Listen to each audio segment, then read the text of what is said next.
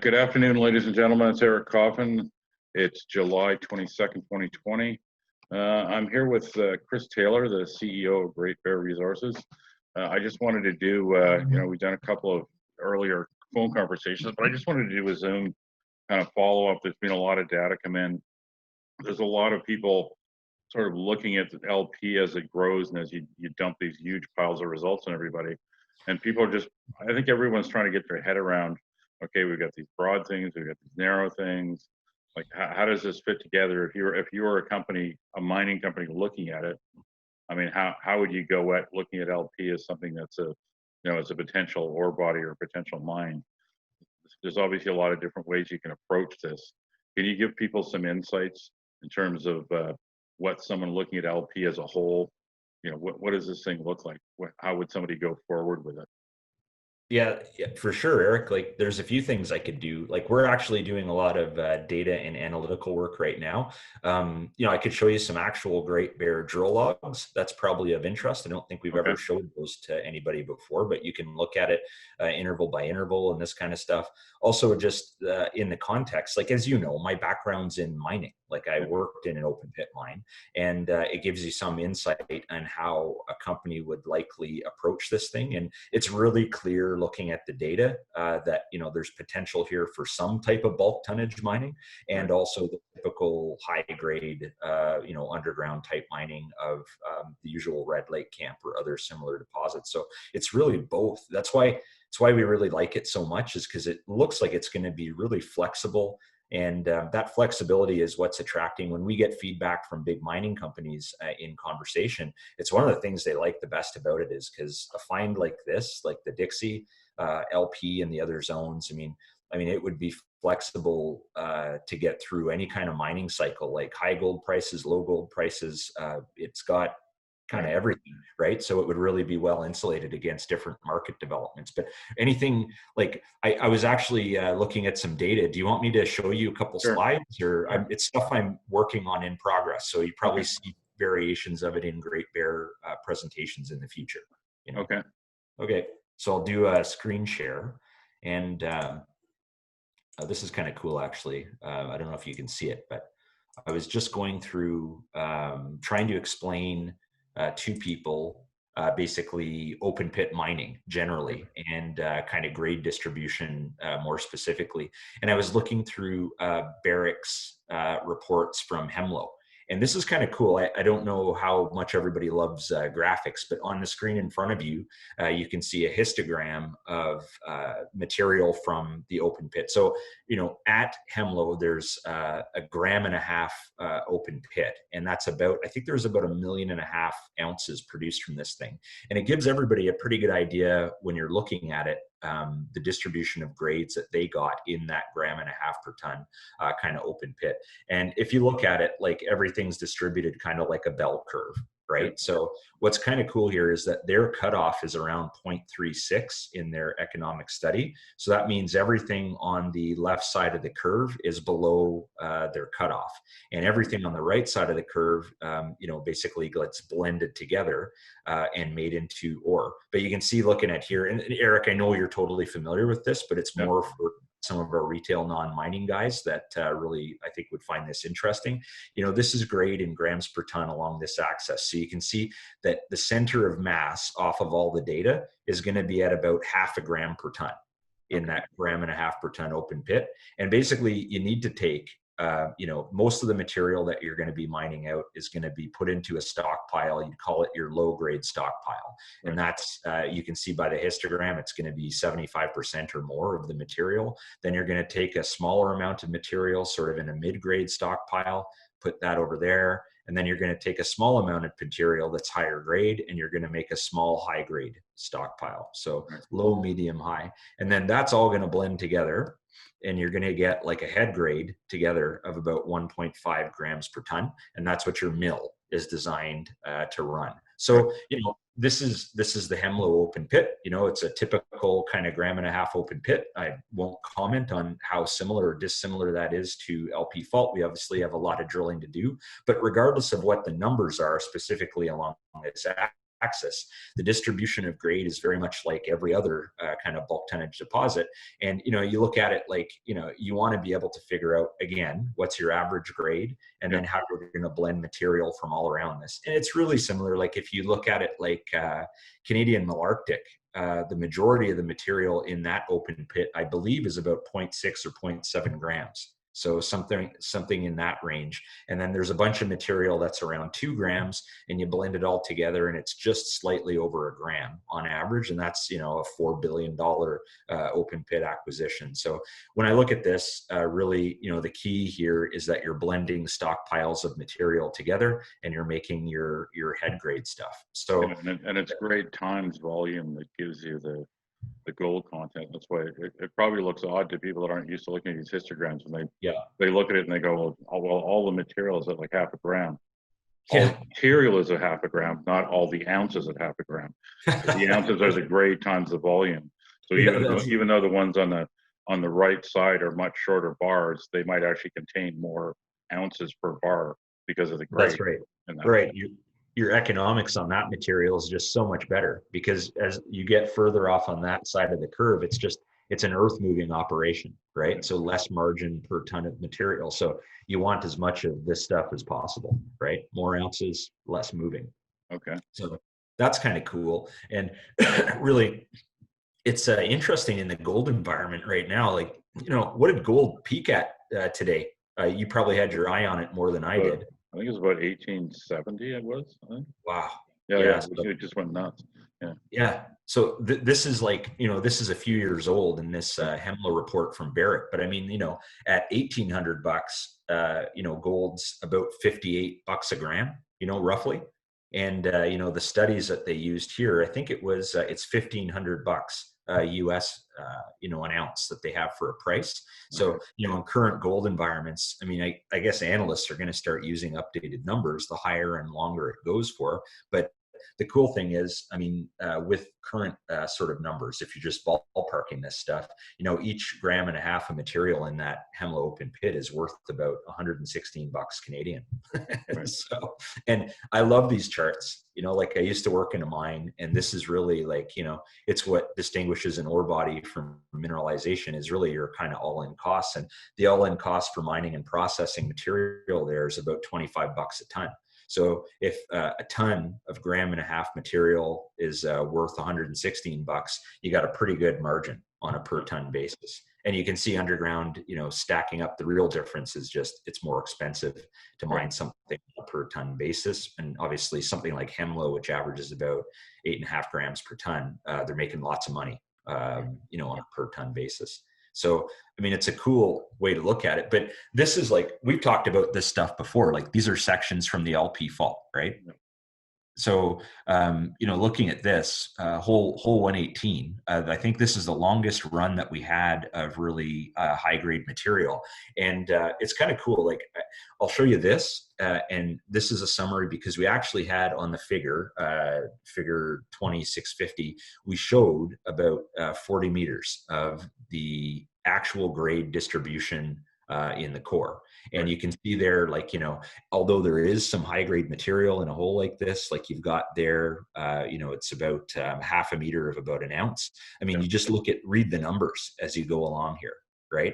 So, if you think about blending material together and making, something like a homogenized head grade, I mean, this would be a hell of a head grade. So, I mean, whatever that ran, it was like 104 meters of 2.67 grams, in that hole. So, but, we see this, if you want to look at it, maybe I'll just switch screens for a second.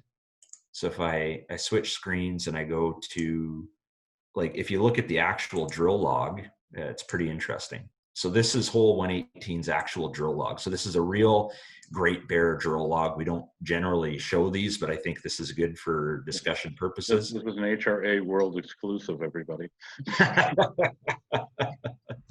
Yeah, exactly. So it shows you how we actually record the information, the downhole surveys, how they're done, like the hole deviations and what have you. You can see the table in the image here. this is like automatically generated. We have a computer program set up that automatically pulls these intervals. We don't actually have human eyes on it. And this is what we discussed before. Like, we had to figure out before we even really undertook the program what what would be the situation for calculating cutoffs and intervals. And we Right. decided, because it was super obvious that we had a big bulk tonnage kind of scenario, whether that's block caving, open pitting, I don't know yet. It's just a new discovery, early days. We decided that if there was less than 0.1 grams per ton gold over more than 3 meters, we couldn't Right. run an interval through it. And the computer just knows that, and it just spits out numbers based on various calculations. So you can see the numbers here, like 104 meters of 2.67 grams. That's generated by the computer. You can see the location of the drill hole there. And within that interval, there's nothing more than 3 meters of waste, basically. So, you can look down in the core here. It's just repeating that information. But this is kind of cool. So right from collar, you can see that you're already above that cutoff, because there's a massive plume of low-grade mineralization that surrounds the zones that we typically disclose. And we don't usually get into detail on that because Yeah. it's not that important here or there for just generally everybody being able to follow, but you can see it in here. So, basically, but look at the distribution of grade, as you run down a column. So you could see from to sample numbers, width, and you can see grade going along, ramping up towards a zone. These are standards and blanks. I know you know what these are, so I Yeah, feel you've like, got standard blanks and duplicates that are part of the QA/QC process to yeah. tell you back check on your lab. Yeah, anyway, you can see these ones passed. Look, there's a nice passing duplicate.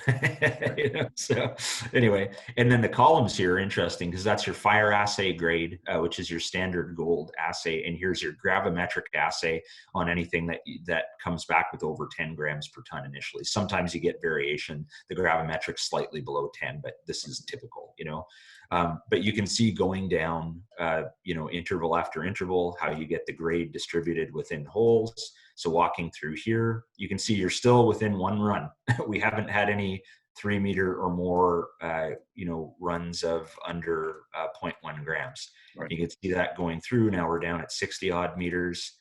So here's a blank. That's why it's got no value. There's another one, blank, no value. But you get intervals like holes like this. It's just remarkably consistent, and the holes will vary along strike on the LP from something like this, where the gold is basically uniformly distributed, to places where the gold is more concentrated within intervals. And you can see here, now I'm coming out of the tail of my interval. So 87 meters or whatever it is here. And now you're basically in just slightly anomalous rock, and you can see that going down the hole. And then it starts picking up again. So here around 107 meters, I can see it starting to pick up. And then look, the grade is gradually increasing. Here's a run that doesn't hold together. And then it's basically starting up again.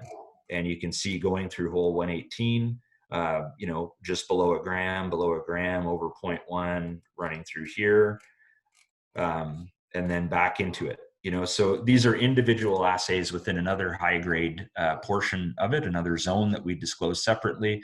So like 4, 2, 2, 130, 57, 25, 53, 38, 3, 16, and then tailing 25, 13, half a gram. It has to catch up to the text, and you can see it trailing. It doesn't end. It just, kind of fades out as it goes down. And then you can see wide intervals of this. If you think about the histogram from Hemlo for open pittable, remember, this would be very shallow compared to most other deposits. You're clearly looking at this really wide zone, and the gold just keeps going and going and going and going and going. So, we could take it down, then you're out of the zone, right? And you're going to go down the hole and you're going to see additional zones pop up, but you can tell you're out of it because we're not seeing the mineralization anymore, right? So anyway, I can go down throughout the remainder of the hole once it's in the mafic volcanics, and it's really of no use. But I wanted to show you what the internal distribution on a drill hole can actually look like, So cool. Can you just show us sorry. Can you just show us what you've got in terms of the kind of model stuff. I know that you've got some of that in. I know you've got some of that in your PowerPoint where you're sort of showing the other deposits and what basically what it looks like. Can you kind of give us a quick view of that? Yeah, What, yeah. because I know you don't have sort of histograms yet, but you have that where you've at least done I guess scatter plots is what you've got. Yeah, like we were doing some work with CIBC Capital Markets recently. So this is our VP Corporate Development, Callum Morrison, and he has a number of banking contacts that he's been working with, and we've been preparing material. These are not ready to go yet, but they're basically beginning drafts of some of the comparative work. So this is pretty cool. This is a comparison of the drill results that we've published so far from the LP fault, not the hinge zone, not the Dixie Limb zone, just LP fault gold results. And this is versus the last 10 years of reported results from the Red Lake gold mine under Gold Corp for the majority of that time. And this is a cool scatter plot because the red line is really just arbitrary. We just popped a line on there for no reason. But you can see in gray the results that have been published by at the Red Lake gold mine, the big mine, 25 million ounces of high grade gold produced. And you can see the blue dots are ours. Now, you want to be in this part of the plot. Up in the top right corner, you're basically standing on a stack of gold bars. So you can see reading the x-axis here, this is 10 meters wide, this is 100 meters wide, this is 1 meter wide, here's 1,000 meters wide. Well, we haven't drilled any 1,000-meter wide intervals yet. We haven't been orienting holes that way. And then here's 10 centimeters wide, right, in terms of results. So you can see if you had to kind of pick a center of mass on the gray dots, it's probably here, kind of 1 to 2 meters. That would be in about the middle of the population, maybe around a meter of somewhere around 10 grams per ton is probably about the average that they've produced, over the last 10 years would be about typical for that mine. And, like if you do narrow sampling intervals, you'll get, 20 centimeter, 30 centimeter, 40 centimeter wide, intervals. The minimum that we do is half a meter. So we never generate data like that anyway. And you can see that in here, but you can see the distribution of gold is basically exactly on the LP fault, exactly like the distribution in the main Red Lake gold mine, which is funny because the market still thinks of the LP fault as a low grade, bulk tonnage system. But the difference between these two guys, and just to delete a bunch of this stuff, is you notice that if you're looking at a population of blue dots there, there are no gray dots in this area. And these are intervals approaching like 100 meters width of, here's a gram and here's 10 grams, So, this is a whole population of really kind of bulk tonnage, really nice grading, bulk tonnage, shallow to surface mineralization at the LP fault, which is simply not present at the Red Lake gold mine. If I didn't know anything about these deposits, but I was looking at this data, I would prefer the LP data over the Red Lake gold mine data because it exposes me to all the high grade potential of the Red Lake gold mine in this data set. And it also exposes me to this broad intervals of, broad intervals of 10 grams, that's high grade, but, high to moderate grades, so it's really a nice looking data set that you're looking at here. And another one that's pretty cool, actually, early work that we're doing. This is Malarkey. And Malarkey gets brought up a lot because it's big. It was, the key point here is, I'm writing wrong, but it's a $4 billion acquisition, basically. And it's a 12 million ounce, 1 gram per ton open pit. You can see part of the LP fault in the red and the same size over, the Malarkey pit, which is about 3.5 kilometers long. You have more strike length drilled at the LP fault so far than that pit per se. And then the total Malarkey system, which includes, they're trying to put together these sort of underground higher grade, I wouldn't call it high grade, like 2.8 grams over 2.2 meters, 2.8 grams over 6 meters. Here's some better stuff, 7 grams over 31 meters. I think that's the best hole in the set. 3 grams over 3.2 meters, including 5 over 2, 2 grams over 18 meters. So they're trying to put together higher grade underground mineable material underground around there too, which is quite interesting. You can see on us, our total target is basically the structural fabric is straight up and down, so there's a big panel, whereas here you can model it all up as sort of a skinnier a rectangle on an angle.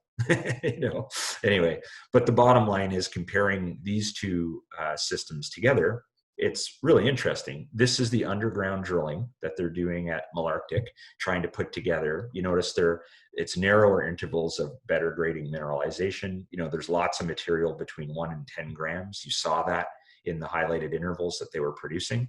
And then of course, in the open pit portion, they have a lot of material sort of in this range, and that's what they're looking at. This is effectively was the basis of the big, $4 billion acquisition, was this material here. Now the difference, if you're looking at Dixie, and this is just LP fault data in red here, we have an entire population of high grade material, which is totally absent at Malarkey.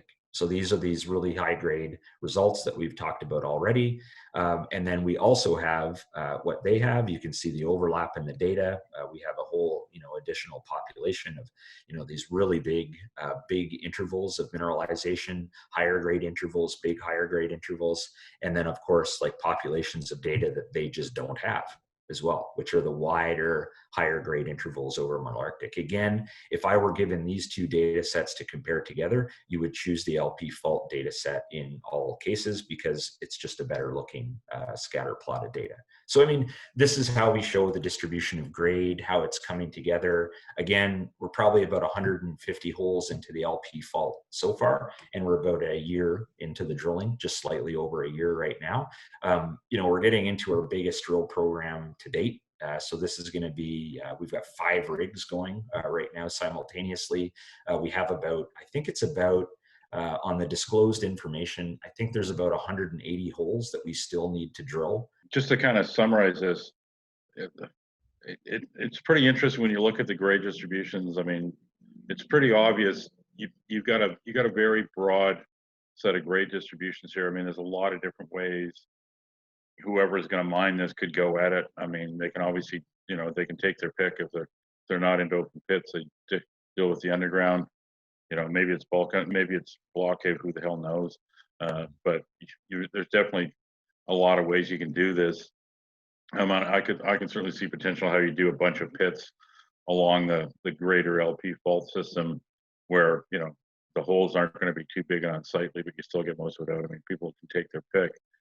Now, the last release you put out was just that you sort of stepped back up to 5 rigs, like you said, your post-COVID restrictions.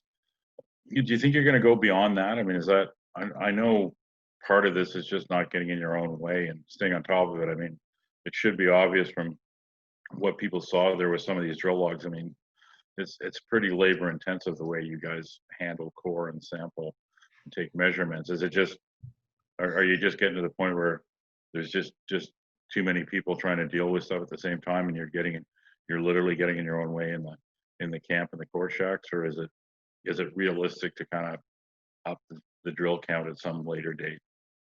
Yeah, we can actually add capacity, Eric. Like, we are always careful that we're data driven, right? So, I mean, like, it could be a matter of, if I threw 20 rigs at it tomorrow, I mean, we'd be ahead of the data. And, but there is capacity to increase it. And that's like, part of our discussion process all the time is like how big, how soon, how quickly, how it dovetails with all the analytical work. Like, if you could see under the hood of Great Bear, you'd see all the modeling that's going on right now. It's very cool. So that's the kind of thing I really look forward to giving to the market when we're ready to talk about it. And but there's definitely room to increase the capacity. We certainly have the funding for it as well. So we just got back up to 5 rigs, like last week, I believe. So we'll digest some of that, start banging through. I mean, we're piling up core at a prodigious rate right now. So we'll get through some of these results, get them out to the market, and then we'll have some announcements around sort of longer term plans and program changes, expansions, that kind of thing. Okay, and I guess we can probably expect news again in a few days. I mean, you seem to be shoving results out every couple of weeks. I can't say neither here Yeah. nor there. It would be logical that there would be a release sometime in the near future, because we don't like to let it pile up too much. And we've actually been busy on the analytical and planning side recently. The last couple of weeks, it's been time that we needed to get a few things done on the modeling side, but it's been really, really productive. Okay, and like you said, that's something that we'll all be looking at in due course at some point when you've got it ready. Okay, Yeah. I mean, I wanted to thank you for coming on. I know I know how busy you are. I know you've got a lot of people trying to grab your time these days, but I think it was useful for people to see the way you deal with drill holes, and I think it was probably even more useful for people to see, and it just at a very big picture level, the different ways you can approach LP, and of course, hinge and limb, and those all come in. They're a little bit different because they're probably more straight up underground, but there's a lot of different ways you can sort of attack this as a mining problem, and it gives you a pretty good sense of the valuation. And I thought those scatter diagrams are particularly useful because it does give people a sense of, just in the big picture, the whole set of drill results. How does LP look compared to this, compared to that? I think people should have a better, sort of be able to get their arms around it now, and you see why you're excited about it, and see why it already has the market cap it done. It's not.